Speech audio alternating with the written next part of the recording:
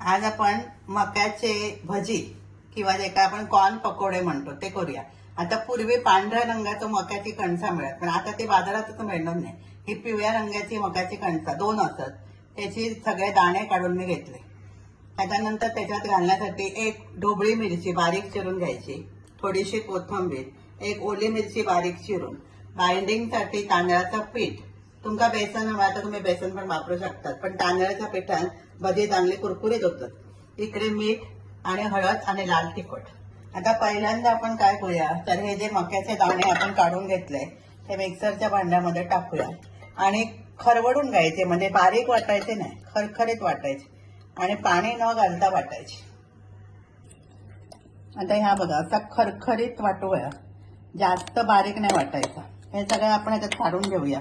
आता या वाटलेल्या मक्याच्या दाण्यामध्ये आपण घालूया कोथिंबीर, चिरलेली ओली मिरची, इकडे थोडीशी हळद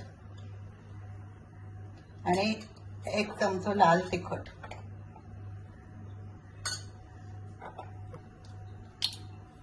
चवीप्रमाणे मीठ, ही ढोबळी मिरची आणि हा तांदळाचा पीठ बाइंडिंगसाठी। मिश्रण चांगलं ढवळून घ्यायचं। आता हा सगळं मी मिक्स चांगल्या प्रकारे करून घेतलंय। इकडे मी गॅसवरती कढई ठेवलंय, त्याच्यात मी तेल घातलंय, तर तेल चांगला उकळलं। आता आपण काय करूया तर ही भजी घालूया। आता हाताने पण घालू शकतात किंवा चमच्याने पण। अशी छोटी छोटी भजी घालायची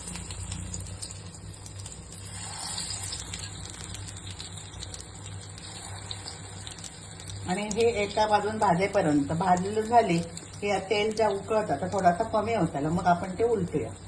आता हे आपण दुसऱ्या बाजून उलटून घेऊया।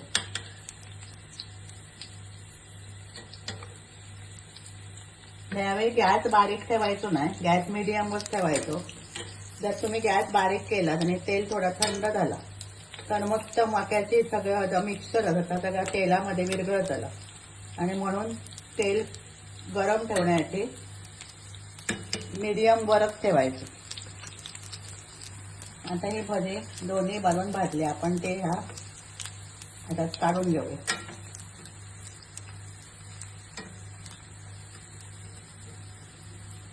अशी घ्यायची म्हणजे सगळ्यात तेल कढईमध्ये निथळून जाताला।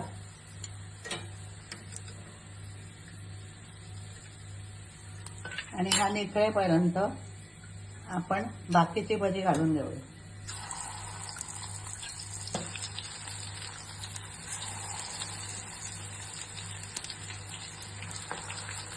आता ही भजी आपण ह्या टिश्यू पेपरवर टाकायची थंड होऊन। अशी सगळी मक्याची भजी मी तळून घेतलंय। इतकी सुंदर दिसतात की गोल्डन ब्राऊन कलर, त्याच्यामध्ये मध्ये मध्ये हिरव्या रंगाची भोपळी मिरची, अतिशय खुसखुशीत आणि खमंग अशा प्रकारची भजी होतं। आता पावसाळ्याचे दिवस असतात, बाहेर मक्याची कणसं खूप मिळतात किंवा सोडलेले दाणे सुद्धा मिळतात, ते आणायचे घराकडे आणि तुम्ही उकडून तर कणसं खातात किंवा भाजून खातात, पण अशा प्रकारे भजी बनवून बघा।